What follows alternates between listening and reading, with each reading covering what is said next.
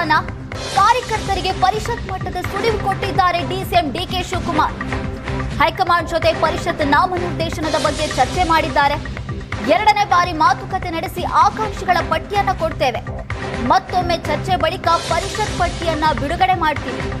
ಪಕ್ಷದ ಕಾರ್ಯಕರ್ತರಿಗೆ ಮೊದಲ ಆದ್ಯತೆ ಅಂತ ಡಿಸಿಎಂ ಡಿಕೆ ಶಿವಕುಮಾರ್ ಹೇಳಿದ್ದಾರೆ.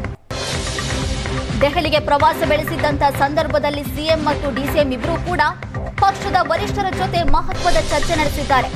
ಕೆಪಿಸಿಸಿ ಅಧ್ಯಕ್ಷ ಸ್ಥಾನದ ಜೊತೆಗೆ 4 ಪರಿಷತ್ ಸ್ಥಾನಗಳಿಗೆ ಯಾರನ್ನ ಆಯ್ಕೆ ಮಾಡಬೇಕು ಅನ್ನೋದರ ಕುರಿತಾಗಿಯೂ ಕೂಡ ಚರ್ಚೆ ಮಾಡಿದ್ದಾರೆ. ಚರ್ಚೆ ಆಗಿದೆ, ಚರ್ಚೆ ಆಗಿಲ್ಲ ಅಂತ ನಾನು ಹೇಳಕ್ಕಾಗಲ್ಲ. ಚರ್ಚೆ ಆಗಿದೆ, ಮುಖ್ಯಮಂತ್ರಿನೂ ಮಾಡಿದ್ದಾರೆ, ನಾವು ಮಾಡಿದ್ವಿ. ತಿರ್ಗಾ ಇಬ್ರು ಕನ್ಸಲ್ಟ್ ಮಾಡ್ತಾರೆ. ಅವ್ರೇನು ಹೈಕಮಾಂಡ್ ಏನು ಹೇಳ್ತಾರೋ ನಾನು ಕಾರ್ಯಕರ್ತರು ಕೊಡಬೇಕು ಅನ್ನೋದು ನಮ್ಮ ಅಭಿಪ್ರಾಯ ಇದೆ. ಪಕ್ಷದ ಕಾರ್ಯಕರ್ತರು ಇಂಪಾರ್ಟೆಂಟ್ ಅಂತ ಯಾರಿಗೆ ಕೊಟ್ಟರು ಪಾರ್ಟಿ ಕಾರ್ಯಕರ್ತರಿಗೆ. ಆಮೇಲೆ ಯಾರು ಧ್ವನಿ ಎತ್ತಾರೆ ಅಲ್ಲಿ, ಇದು ಸುಮ್ಮನೆ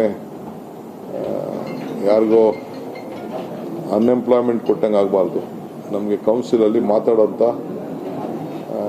ಪ್ರತಿನಿಧಿಗಳು ಬೇಕಲ್ಲಿ. ಪಕ್ಷಕ್ಕೆ ಅನುಕೂಲ ಆಗಬೇಕು, ಪ್ರತಿನಿಧಿಗಳು ಬೇಕು. ಅದು ನನ್ನ ಪ್ರಯಾರಿಟಿ.